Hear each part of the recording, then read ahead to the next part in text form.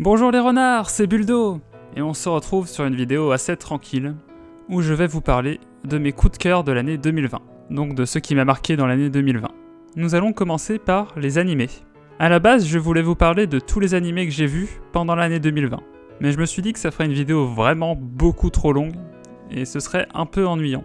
Donc je vous ai fait un petit AMV, ce n'est pas au niveau des autres AMV, c'est juste des images avec une musique, qui vous présentera tous les animés que j'ai vus pendant l'année, ou presque tous, c'est possible qu'il y ait quelques oublis, et je ne les ai pas tous terminés, pour info.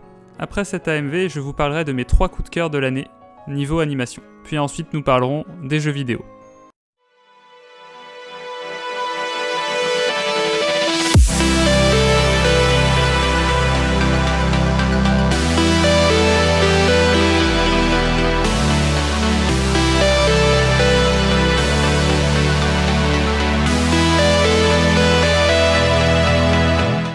Alors, vous avez compté combien d'animés ?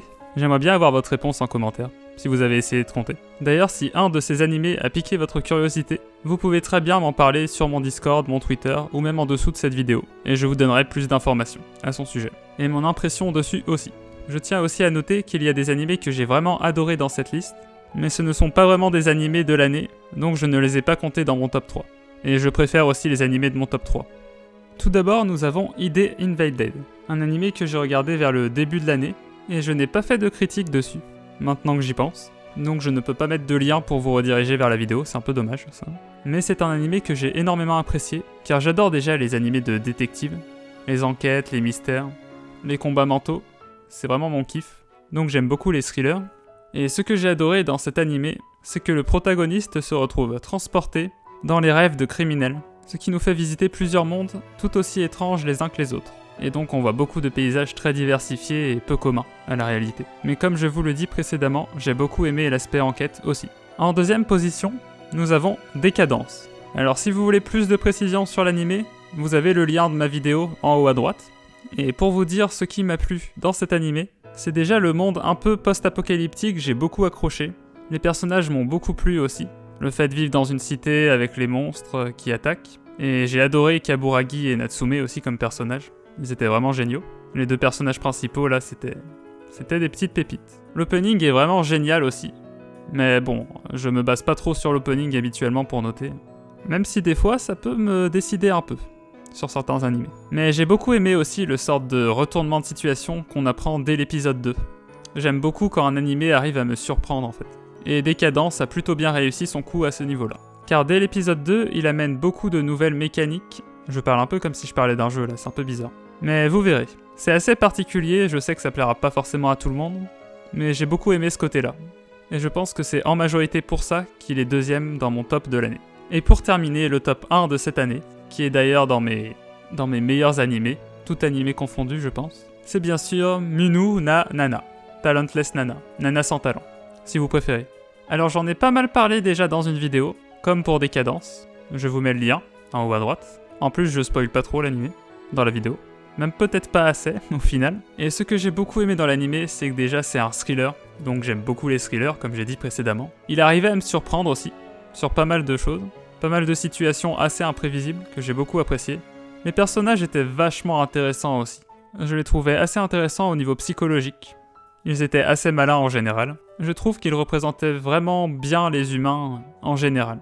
Ça peut paraître assez critique, mais en soi, j'ai trouvé ces personnages assez intelligents aussi, car ils avaient un côté assez malin. Donc cet animé a vraiment été un gros coup de cœur pour moi, car je n'ai pas arrivé à trouver d'animé aussi diabolique, mais intelligent, et pourtant très humain dans le fond, car les sentiments que ressentent les personnages sont vraiment assez humains. Enfin, pas forcément dans le sens positif, mais dans le sens où ça ressemble pas mal aux humains en général dans notre société actuelle. Je vais finir par me faire tabasser là, moi. Donc, regardez l'animé, comme ça vous pourrez me tabasser après. Mais donc, Nana sans talent est clairement mon animé favori de l'année. Nous allons terminer sur les jeux vidéo. Donc tout d'abord, il y a eu Animal Crossing, qui était sympa au début. Mais il m'a assez vite ennuyé, car c'est un peu trop ressemblant avec la vie réelle. Ouais, dans ma vie réelle, moi je vais sur des îles désertes et tout. Vous croyez quoi? Non, mais dans le sens où... Je sais pas, mais le jeu m'a un peu ennuyé, quoi. Il restait sympa, j'ai quand même joué pas mal de temps au jeu. Mais contrairement à certains jeux multi, il m'a moins bien tenu, par exemple qu'un Monster Hunter ou un Splatoon, quoi. Après mes partiels, j'ai quasiment plus joué, même pendant le mois de révision. Mais par contre, il y a vraiment un truc que j'ai adoré dans le jeu, c'était offrir des cadeaux. Car j'aime beaucoup offrir des cadeaux aux autres et leur faire plaisir. Donc j'offrais un peu des cadeaux à tout le monde. C'était un peu mon petit délire, mais j'aimais bien faire ça. Voilà. Surtout que dans les autres jeux, je peux rarement offrir des cadeaux en soi. Donc j'en profite dans ce jeu. Ensuite, j'ai rejoué à Paladin et Smash Bros, bien sûr. Et Fortnite aussi. Ça, c'est des jeux que j'aime bien en soi. Je rejoue de temps en temps. Des petits jeux multi que j'aime beaucoup. Surtout Smash Bros. J'y joue vraiment beaucoup à Smash Bros. Paladin et Fortnite, je les aime beaucoup aussi. Mais déjà un peu moins. Et j'y joue beaucoup moins en ce moment. J'ai aussi joué à Carrion, qui m'a pas mal marqué. C'est vrai que c'était vachement cool de contrôler un monstre. C'était un jeu très agréable. Au contrôle... les contrôles, c'était vraiment très agréable à contrôler. Et le concept était assez original, j'ai bien aimé. Bon, même si je sais que ça a déjà été fait, mais j'ai bien aimé ce platformer comme ça. Enfin, on contrôle un monstre ultra puissant. C'était sympa. Et surtout, j'ai joué à Fire Emblem Treehouse. Ouais, un peu en retard, du coup. C'est vrai que quand j'y ai joué, il était plus trop dans les tendances. Mais bon, ça reste un Fire Emblem, du coup, j'ai pas eu non plus trop de gros vent. Puis je pouvais en parler sur Nintendo Univers. C'était le moment de placer la pub. D'ailleurs, Fire Emblem Treehouse, c'est vraiment un excellent jeu. Faut vraiment que je finisse d'ailleurs. J'ai aussi joué à Ninjala. Bon, c'est un peu bof, je trouve. J'ai trouvé le jeu un peu trop aléatoire. Peut-être que c'est moi qui l'ai mal compris aussi. Mais j'ai trouvé que c'était un peu une sorte de Splatoon en moins bien. Et plus aléatoire, quoi. Mais j'ai quand même passé des bons moments avec JPEX. Quand on y a joué pendant le live, pendant l'été. C'était quand même sympa. Et bien sûr, Genshin Impact, mon petit coup de cœur de l'année. Qui deviendra peut-être mon jeu favori. Enfin, je pense même qu'actuellement, en fait, c'est mon jeu favori, tout simplement. Bon, c'est vrai que c'est un peu triste, mais je pense que...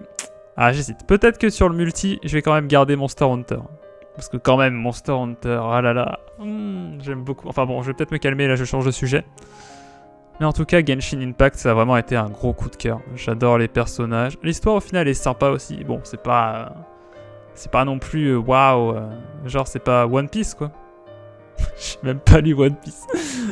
Mais bon, ça a l'air d'être une histoire assez bien construite One Piece, d'après ce que j'ai cru voir. Je rigole. Parce que je peux pas trop juger de quelque chose que j'ai pas vu, hein, je rigole. Mais en soi, j'ai beaucoup aimé l'aspect élémentaire du jeu.